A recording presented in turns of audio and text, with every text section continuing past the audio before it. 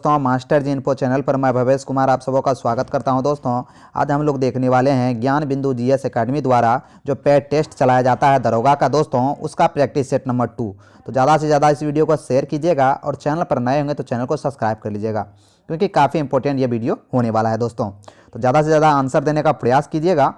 पहला प्रश्न है कि वैदिक युगीन सभा क्या है। तो सभा के बारे में ये प्रश्न है दोस्तों कि सभा क्या थी वैदिक युगीन।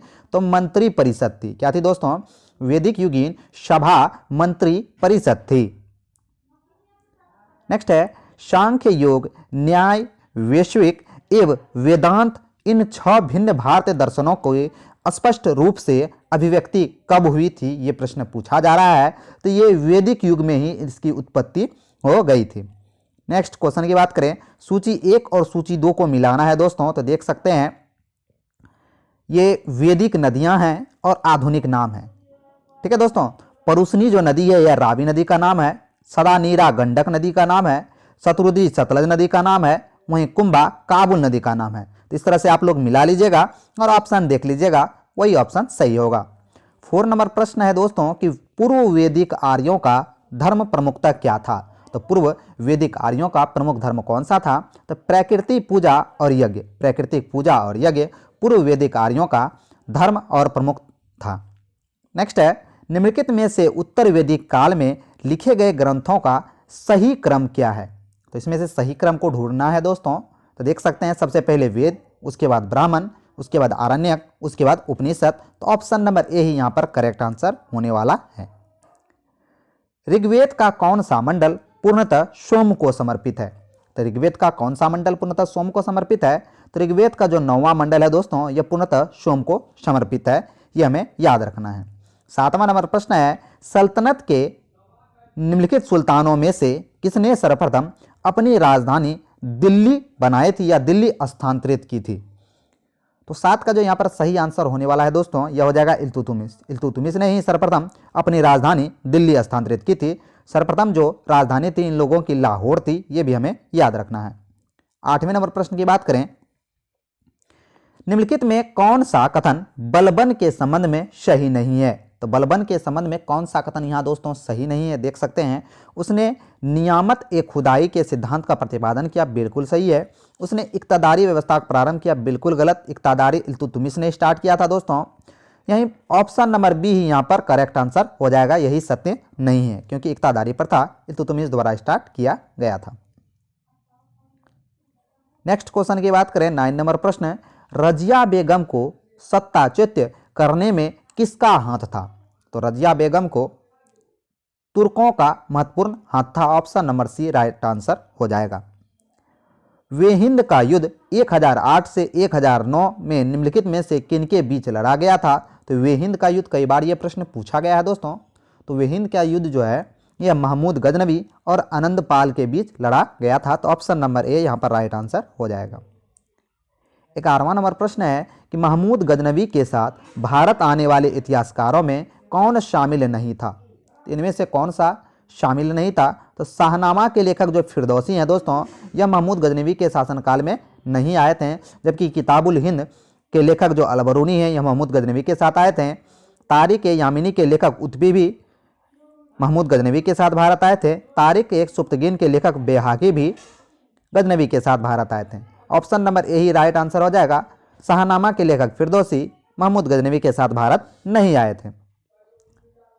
12वां नंबर प्रश्न है निम्नलिखित में से अवध का स्वायत्त राज का संस्थापक कौन है।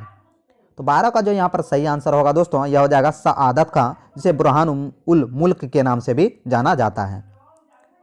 नेक्स्ट है सिख गुरुओं से निम्नलिखित कथनों पर विचार कीजिए। तो सिख गुरुओं में निम्नलिखित कथनों पर विचार करना है।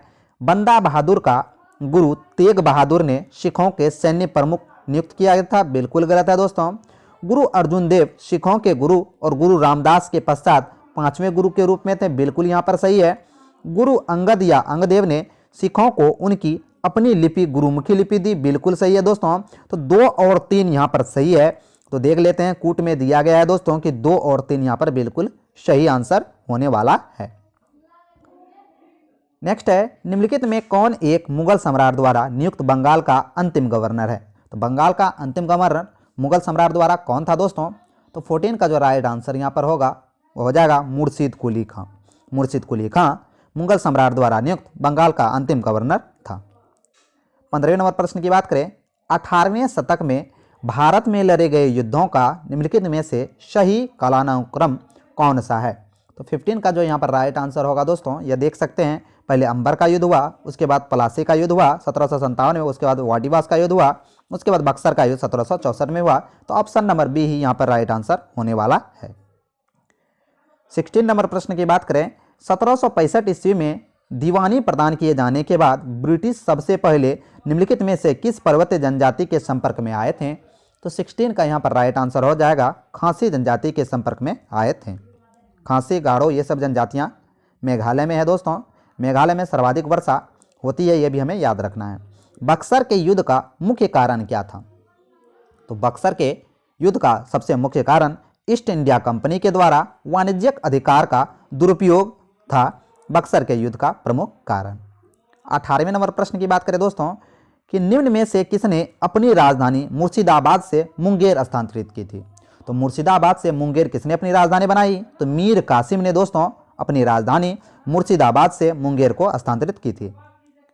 नेक्स्ट है, अहमद शाह ने 1748 ईस्वी में सफदरगंज को किस पद पर नियुक्त किया था?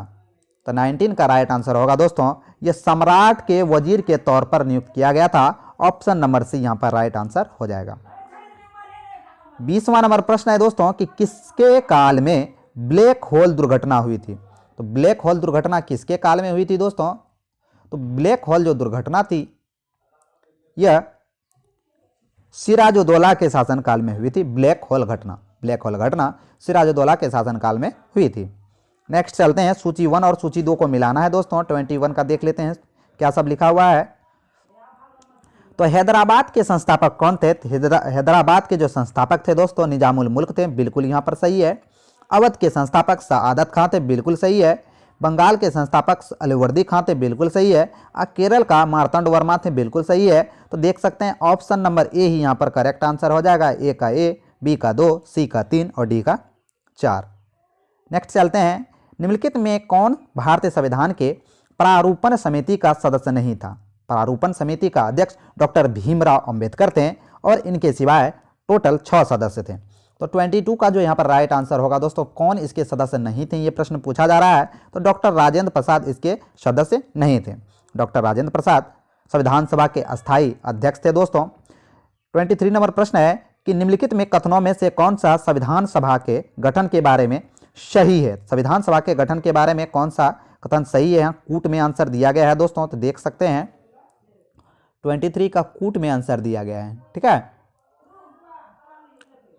तो इसका हम लोग देख लेते हैं कि संविधान सभा के सदस्यों का चयन 1946 के प्रांतीय चुनावों के आधार पर किया गया था, बिल्कुल सही है।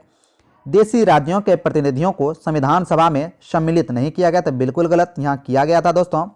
नेक्स्ट है, संविधान सभा के भीतर विचार विमर्श जनता द्वारा व्यक्त की गई राज्यों को प्रभावित नहीं होता था, बिल्कुल गलत। सामूहिक सहभागिता का भाव उत्पन्न करने के लिए जनता से सुझाव मांगे गए थे, ये बिल्कुल सही है।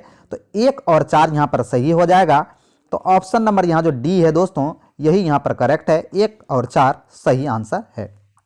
नेक्स्ट है 24 नंबर प्रश्न, देख सकते हैं दोस्तों ये भी मिलान करने वाला है, तो हम लोग अच्छा से इसको मिलान कर लेते हैं। मिलान करने वाले प्रश्न आपको काफ़ी प्रभावित करते हैं, काफ़ी कुछ सिखाने में मदद करते हैं। मौलिक अधिकार कहाँ से लिया गया है? तो भारतीय संविधान में मौलिक अधिकार अमेरिका के संविधान से लिया गया है। राज्य के नीति निर्देशक सिद्धांत यह आयरिश संविधान यानी कि आयरलैंड के संविधान से लिया गया है। केंद्र राज्य संबंध ये लिया गया कनाडा के संविधान से, वहीं मंत्रिमंडलीय सरकार ब्रिटिश संविधान से लिया गया है। तो इस तरह से आप मिला लीजिएगा, आंसर देख लीजिएगा दोस्तों। ठीक है, 25 नंबर प्रश्न है, संविधान सभा द्वारा स्थापित मौलिक अधिकारों और अल्पसंख्यकों हेतु सलाहकार समिति के अध्यक्ष कौन थे? तो अल्पसंख्यक हेतु सलाहकार समिति के अध्यक्ष कौन थे दोस्तों? तो सरदार वल्लभ भाई पटेल। ऑप्शन नंबर बी यहाँ पर राइट आंसर हो जाएगा। 26 नंबर प्रश्न है, यदि भारत संघ के एक नए राज्य का सृजन करना हो तो संविधान की निम्नलिखित अनुसूचियों में किए गए एक आवश्यक संशोधन किया जाना चाहिए। तो 26 का यहाँ जो राइट आंसर होगा वह हो जाएगा पहली अनुसूची में केंद्र और राज्य के बारे में दिया गया है। 27 नंबर प्रश्न है दोस्तों, सूची 1 और सूची 2 को मिलाना है। तो देख सकते हैं एक तरफ संविधान की अनुसूची है, एक तरफ विषय है। ठीक है, चतुर्थ अनुसूची में क्या दिया गया है? तो राज्यसभा के बारे में चतुर्थ अनुसूची में दिया गया है। अष्टम अनुसूची में भाषा के बारे में है, नवम अनुसूची में भूमि सुधार के बारे में है, और पंचम अनुसूची में जनजातीय क्षेत्र के बारे में, प्रशासन के बारे में दिया गया है। तो इस तरह से आप लोग देख लीजिएगा और ऑप्शन को भी देख लीजिएगा। 28 नंबर प्रश्न है दोस्तों कि निम्नलिखित कथनों पर विचार कीजिए। भारत की संसद किसी कानून विशेष को भारत के संविधान की 9वीं अनुसूची में डाल सकती है। तो ये जो कथन है दोस्तों, ये कथन बिल्कुल सही है। दूसरा है 9वीं अनुसूची में डाले गए किसी भी कानून की वैधता का परीक्षण किसी न्यायालय द्वारा नहीं किया जा सकता एवं उसके ऊपर कोई निर्णय भी नहीं किया जा सकता। ये यहाँ पर बिल्कुल गलत है। तो ऑप्शन नंबर ए ही सिर्फ सही हो जाएगा, केवल एक यहाँ पर सही आंसर होने वाला है। भारत के संविधान के अंतर्गत विषय संबंधित सूची के बारे में निम्न निगमों में से कौन सा सुमेलित नहीं है? तो कौन सा सुमेलित नहीं है, ये प्रश्न पूछा जा रहा है। तो 29 का देख लेते हैं दोस्तों। वन जो है समवर्ती सूची में है, बिल्कुल सही है। शेयर बाजार समवर्ती सूची में नहीं है, संघ सूची में है। डाकघर बचत जो है संघ सूची में, बिल्कुल सही। जन स्वास्थ्य राज्य सूची में है, बिल्कुल सही। तो कौन सा गलत है? तो ऑप्शन नंबर बी यहाँ पर गलत आंसर हो जाएगा। शिक्षा जो प्रारंभ में राज्य सूची का विषय था उसे समवर्ती सूची में स्थानांतरित किया गया है।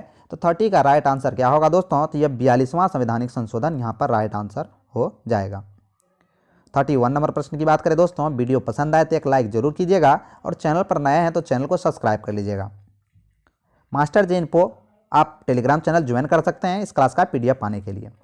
विवाह, विवाह विच्छेद और गोद लेना संविधान की 7वीं अनुसूची में निम्नलिखित के अंतर्गत सम्मिलित किया गया है।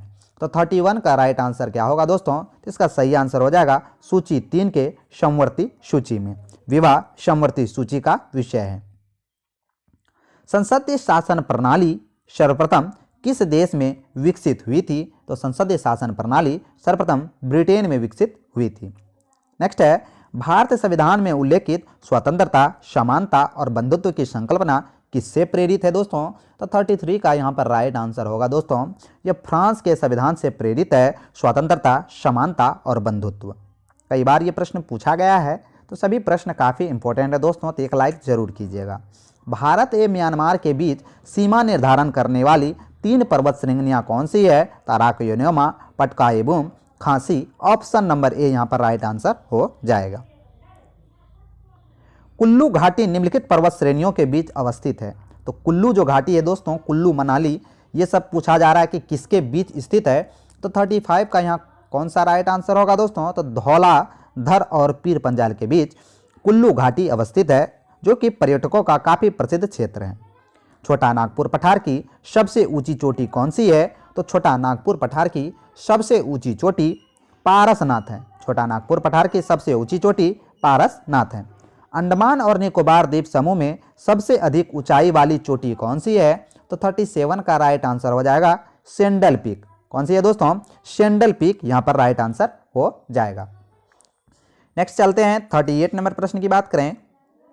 38 नंबर में है दोस्तों कि कौन सा एक तरफ पर्वतीय दर्रा है, एक तरफ राज है। तो माना दर्रा, नीति दर्रा, लिपुलेख दर्रा, ये सब उत्तराखंड में है। ठीक है दोस्तों, ये उत्तराखंड में है। उसके बाद नाथुला दर्रा सिक्किम में है। जोजिला दर्रा ये जम्मू कश्मीर में है। और ये हिमाचल प्रदेश का सिपकिला दर्रा हम लोग याद रखेंगे। ठीक है दोस्तों, तो देख लेते हैं इधर क्या, हाँ सिपकिला दर्रा दिया गया है तो हिमाचल प्रदेश में। तो इस तरह से आप लोग आंसर मिला लीजिएगा। 39 नंबर प्रश्न की बात करें, हिमाचल पर्वत श्रेणी निम्नलिखित में से किस राज्य का हिस्सा नहीं है? तो हिमाचल जो पर्वत श्रेणी है दोस्तों, यह किस राज्य का हिस्सा नहीं है? तो ये उत्तर प्रदेश राज्य का हिस्सा नहीं है। नेक्स्ट है, सुप्रसिद्ध कैलाश मानसरोवर यात्रा गुजरती है। तो सुप्रसिद्ध कैलाश जो मानसरोवर यात्रा है दोस्तों, यह लिपुलेख दर्रा से गुजरता है। तो ऑप्शन नंबर बी यहाँ पर राइट आंसर हो जाएगा। 41 नंबर प्रश्न की बात करें, टोगुप दर्रा भारत को किस देश के साथ जोड़ने वाला पर्वतीय मार्ग है? तो टोगुप जो दर्रा है दोस्तों, यह म्यांमार को भारत के साथ जोड़ता है। K2 के बाद भारत में निम्नलिखित में से कौन द्वितीय सर्वोच्च पर्वत चोटी है? तो K2 के बाद कौन सा हो जाएगा, तो कंचनजंगा जो है दोस्तों ये दूसरी सबसे ऊंची भारत की चोटी है। दुनिया के सबसे ऊंची चोटी माउंट एवरेस्ट का नेपाल में एक लोकप्रिय नाम क्या है, तो माउंट एवरेस्ट का नेपाल में नाम पूछा जा रहा है दोस्तों कि क्या है, इसे नेपाल में सागर माथा कहते हैं। ऑप्शन नंबर बी यहाँ पर राइट आंसर हो जाएगा। नेक्स्ट है, एक तरफ दिया गया है पर्वत पहाड़ी चोटी जो कि पश्चिमी घाट पर्वत श्रेणी से संबंधित है दोस्तों, तो इसका सही क्रम पूछा जा रहा है। तो इसका जो सही क्रम होगा सबसे पहले कलसूबाई होगा, तो ऑप्शन नंबर ए यहाँ देख सकते हैं, सबसे पहले कलसूबाई, उसके बाद ब्रह्मगिरी, उसके बाद कार्डमम होगा, उसके बाद दोदा बेटा होगा, उसके बाद नीलगिरी होगी, उसके बाद अनाईमुडी होगी। तो इस तरह से इसका ये सही क्रम है दोस्तों, ठीक है। तो ऑप्शन नंबर ए यहाँ पर राइट आंसर हो जाएगा। निम्नलिखित में कौन सुमेलित नहीं है, 45 का देखना है दोस्तों कि कौन इसमें से सुमेलित नहीं है। तो यहाँ देख सकते हैं ऊटी, उटनमंडल ये तमिलनाडु में है, पहलगांव जम्मू कश्मीर में है, जबकि मालना घाटी उत्तराखंड में नहीं है, ठीक है। तो ऑप्शन नंबर सी जो है दोस्तों यहाँ पर गलत कथन हो जाएगा। 46 नंबर प्रश्न है, निम्नलिखित दर्रों में से किससे होकर लेह जाने का रास्ता है, तो लेह जाने का रास्ता किससे होकर है, ये प्रश्न पूछा जा रहा है दोस्तों। तो लेह जाने का जो रास्ता है यह जोजिला दर्रा से होकर है। लेह जाने का जो रास्ता है ये किससे होकर है, तो लेह जाने का रास्ता जोजिला दर्रा से होकर है, ठीक है। चलते हैं नेक्स्ट क्वेश्चन की बात करें। 47 नंबर प्रश्न है, पाल घाट दर्रा निम्नलिखित में से किन दो राज्यों को जोड़ता है। तो पाल घाट जो दर्रा है दोस्तों ये किनको जोड़ेगा, तो पाल घाट जो दर्रा है ये केरल और तमिलनाडु को जोड़ता है। नेक्स्ट है, हिमालय की सबसे पूर्वी चोटी कौन सी है, तो हिमालय की सबसे जो पूर्वी चोटी है यह नामचाबरवा चोटी है। नामचाबरवा चोटी हिमालय के सबसे पूर्वी चोटी है। तारामंडल क्या है, काफ़ी इंपॉर्टेंट ये प्रश्न है दोस्तों कि तारामंडल क्या है। तो तारामंडल जो है दोस्तों ऐसे तारों की आकाश में एक विशेष आकृति है जो पृथ्वी के समदूरस्थ नहीं हो सकते हैं। तो ऑप्शन नंबर बी यहाँ पर राइट आंसर हो जाएगा। 50 नंबर प्रश्न है, ब्रह्मांड में विस्फोटी तारा क्या कहलाती है। तो ब्रह्मांड में विस्फोटी तारा क्या कहलाती है, अभिनव तारा कहलाती है। ब्रह्मांड में विस्फोटी तारा किस दिन पृथ्वी सूर्य के सबसे निकट होती है, तो किस दिन पृथ्वी सूर्य के सबसे निकट होगी दोस्तों। तो 51 का जो राइट आंसर होगा यह 3 जनवरी को पृथ्वी सूर्य का सबसे निकट होगा। पृथ्वी का ध्रुव व्यास उसके विषुवत व्यास से कितना कम है, तो पृथ्वी का जो ध्रुव व्यास है उसका विषुवत व्यास से 43 किलोमीटर कम है। तो option number B right answer हो जाएगा, कई बार यह प्रश्न पूछा गया है। 53 नंबर प्रश्न है, उत्तरी गोलार्ध के संदर्भ में निम्नलिखित कथनों में से कौन सा कथन सही है। तो उत्तरी गोलार्ध के बारे में ये कथन है दोस्तों, तो सारे कथन को हम लोग ध्यान से देखेंगे, उसके बाद सही कथन चयन करेंगे। तो देख सकते हैं वसंत विषुव 21 मार्च को होता है, बिल्कुल सही है। उत्तरी अयनांत 22 दिसंबर को होता है, यहाँ पर यह गलत हो जाएगा। नेक्स्ट है दोस्तों, ये तो सही है दोस्तों कि ऑप्शन ए भी सही है, ऑप्शन 2 भी सही है। तो ऑप्शन नंबर बी यहाँ पर राइट आंसर हो जाएगा, 1 और 2 दोनों सही है। राष्ट्रीय पर्यावरण अभियांत्रिक शोध संस्थान जो कि नीरी है वह कब और कहाँ स्थापित हुआ था। तो 54 का जो राइट आंसर होगा दोस्तों ये हो जाएगा 1958 नागपुर में, 1958 नागपुर में।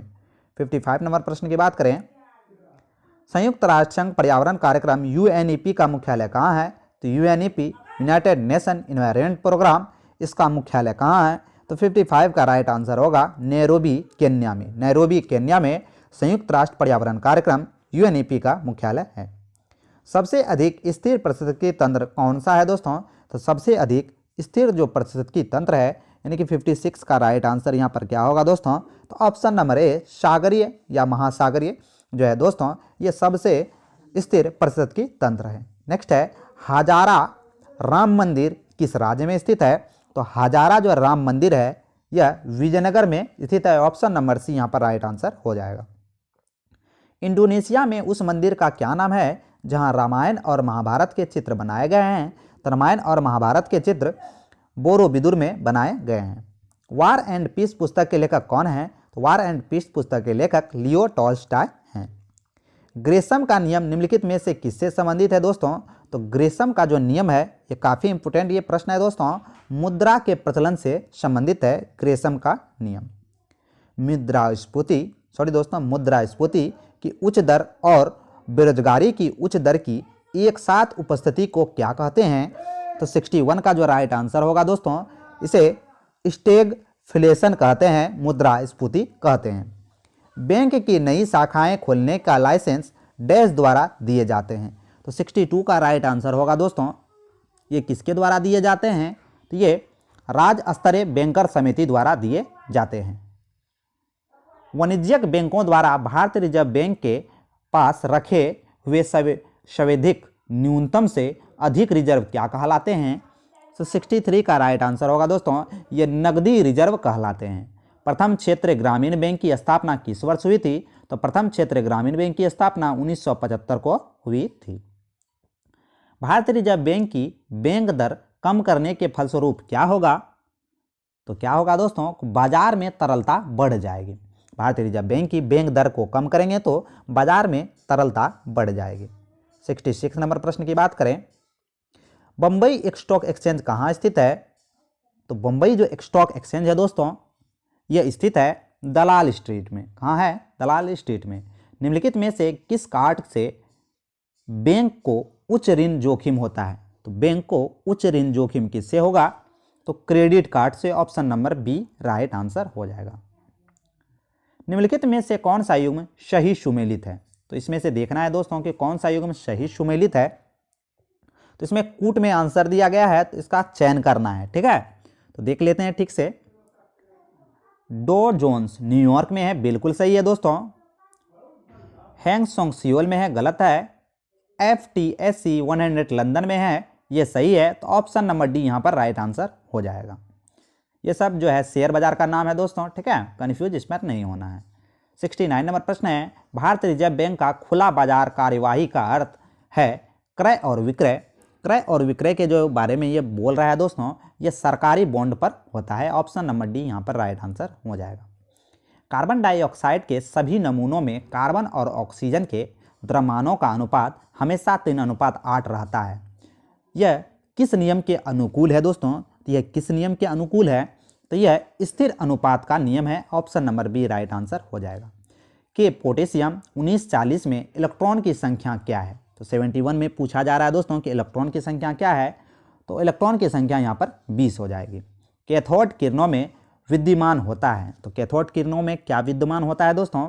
तो आवेश और द्रव्यमान दोनों विद्यमान होता है कैथोड किरणों में। निम्नलिखित में कौन चतुर्था परमाणुक अणु है? चतुर्था परमाणुक अणु इनमें से कौन है दोस्तों? तो इसका राइट आंसर हो जाएगा SO3 में। तत्वों की प्रकृति को ज्ञात किया जा सकता है, तो तत्वों की जो प्रकृति है दोस्तों उसे ज्ञात किया जाएगा इलेक्ट्रॉनिक विन्यासीकरण द्वारा। इलेक्ट्रॉनिक विन्यासीकरण द्वारा तत्वों की प्रकृति को ज्ञात किया जाता है। 75 नंबर प्रश्न है, क्वांटम संख्या जो किसी कक्षा में अंतरिक्ष में अभिविन्यास की दिशा विनिर्दिष्टित करता है वह क्या कहलाता है? तो इसका आंसर हो जाएगा दोस्तों चुंबकीय क्वांटम संख्या। Option number C right answer हो जाएगा। किसी परमाणु का रासायनिक व्यवहार निर्भर करता है उसके, तो 76 का राइट आंसर क्या होगा दोस्तों? तो 76 का राइट आंसर होगा न्यूक्लियस के इर्द गिर्द घूम रहे इलेक्ट्रॉन की संख्या पर। Option number C right answer हो जाएगा। निम्नलिखित युग्मों में से कौन सा सही सुमेलित है? तो कौन सा सही सुमेलित है ये प्रश्न पूछा जा रहा है। कूट में आंसर देना है दोस्तों, तो इसको पहले बढ़िया से देख लेंगे, उसके बाद कूट में सही आंसर देंगे। समस्थानिक समान परमाणु संख्या किंतु भिन्न परमाणु संहिता वाले, तो ऑप्शन नंबर ए यहाँ पर राइट होगा। संभारिक न्यूट्रॉनों की संख्या समान होता है किंतु भिन्न परमाणु होता है, ये गलत हो जाएगा। संभारिक में परमाणु भार समान होता है, इसीलिए उसे संभारिक कहा गया है। समन्यूट्रॉनिक में न्यूट्रॉन की संख्या समान होती है, ये भी यहाँ गलत है। सिर्फ एक ही सही है। Option number A right answer हो जाएगा। 78 में पूछ रहा है दोस्तों, एक तरफ है रेडियो समस्थानिक, एक तरफ है उसके उपयोग। रेडियो समस्थानिक और उसके उपयोग में देखना है आर्सेनिक 74 जो है 78 का फिर से देख लेते हैं दोस्तों। आर्सेनिक जो 74 है इसका प्रयोग किसमें किया जाता है? तो इसका जो प्रयोग है ट्यूमर का पता लगाने में किया जाता है। आर्सेनिक 74 का प्रयोग कोबाल्ट 60 का प्रयोग किस में किया जाता है? तो कोबाल्ट 60 का प्रयोग कैंसर के उपचार में किया जाता है। आयोडीन का प्रयोग थायराइड ग्रंथि की सक्रियता की जांच के लिए किया जाता है। वहीं सोडियम 24 का प्रयोग रक्त व्यतिक्रमण में किया जाता है। तो इस तरह से आप लोग ऑप्शन देख लीजिएगा। रदरफोर्ड के प्रकीर्णन परीक्षण ने किसकी मौजूदगी को सिद्ध किया था? तो 79 में पूछा जा रहा है किसकी मौजूदगी को सिद्ध किया था दोस्तों? तो रदरफोर्ड के प्रकीर्णन में ने किसको सिद्ध किया था? तो परमाणु में न्यूक्लियस को सिद्ध किया था। ऑप्शन नंबर डी हो जाएगा। जब कोई इलेक्ट्रॉन उच्च कक्षा से निम्न कक्षा में जाता है तो क्या होगा? तो क्या होता है दोस्तों? तो परमाणु का आकार कम हो जाता है। Option number C right answer हो जाएगा। यदि गति करने के लिए स्वतंत्र 1 kg द्रव्यमान की किसी वस्तु पर 1 न्यूटन बल लगाया जाए तो वह क्या होगा? तो 81 का क्या होगा दोस्तों? तो वह 1 मीटर प्रति सेकंड स्क्वायर की त्वरण से गतिशील होगी। Option number D right answer हो जाएगा। जब तोप से दागा गया गोला बीच हवा में विस्फोट करता है तो क्या होगा? तो 82 का राइट आंसर होगा दोस्तों। उसकी कुल गतिज ऊर्जा बढ़ती है। Option number C right answer हो जाएगा। न्यूटन के गति के तीसरे नियम के अनुसार किया गया प्रतिक्रिया से संबंध बल कौन सा है? तो 83 का यहाँ पर राइट आंसर कौन सा होगा दोस्तों? तो इसका आंसर हो जाएगा हमेशा भिन्न भिन्न वस्तुओं पर ही लगे होने चाहिए। न्यूटन के तीसरा नियम प्रत्येक क्रिया के बराबर विपरीत प्रतिक्रिया कहलाता है। 84 नंबर प्रश्न है किसी पिंड का उसके गुणधर्म को क्या कहते हैं जिससे वह सीधी रेखा से विराम या एक समान गति की स्थिति में किसी भी परिवर्तन का विरोध करती है? तो 84 का राइट आंसर हो जाएगा दोस्तों जड़त्व का यह नियम कहलाता है। यदि किसी वस्तु द्वारा तय की गई दूरी समय के अनुक्रमानुपाती होता है तो क्या होगा? तो क्या होगा दोस्तों? तो वस्तु एक समान चाल से चल रही होगी। ऑप्शन नंबर बी यहाँ पर राइट आंसर हो जाएगा। 86 नंबर प्रश्न की बात करें। 86 नंबर प्रश्न है 24 सेंटीमीटर प्रति सेकेंड की प्रारंभिक चाल से 4 सेंटीमीटर प्रति सेकेंड स्क्वायर के त्वरण से गतिमान वस्तु कितने समय के बाद रुक जाएगी? कितने समय बाद रुक जाएगी दोस्तों? तो यह 6 सेकेंड बाद रुक जाएगी। ठीक है, प्रारंभिक चाल बटे त्वरण कर देंगे तो सही आंसर हमारा निकल जाएगा। जब एक गेंद को सीधी ऊपर की ओर हवा में फेंका जाए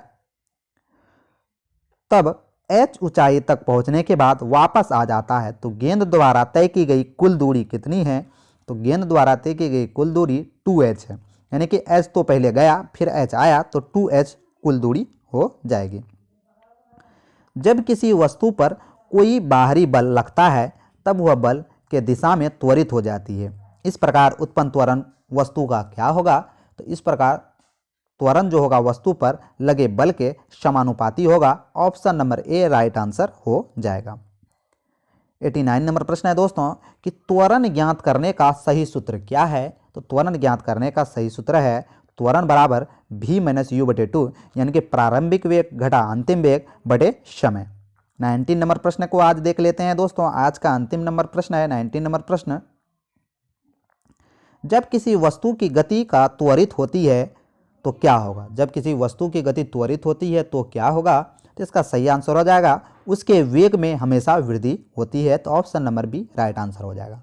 तभी हम लोगों ने ज्ञान बिंदु बिहार दरोगा का जो पेड प्रैक्टिस सेट चल रहा है दोस्तों उसका सेट नंबर आज हम लोगों ने 2 देखा। तो आशा करता हूं कि आज का ये क्लास आपको अच्छा लगा होगा। क्लास अच्छा लगा होगा तो ज़्यादा से ज़्यादा इस वीडियो को शेयर कीजिएगा और चैनल पर नए होंगे तो मास्टर जे इन्फो को सब्सक्राइब कर लीजिएगा। इसी तरह के वीडियो आपको मास्टर जे इन्फो पर अवेलेबल मिलेंगे दोस्तों। तो ज़्यादा से ज़्यादा इस वीडियो को शेयर कीजिएगा और चैनल को सब्सक्राइब कर लीजिएगा।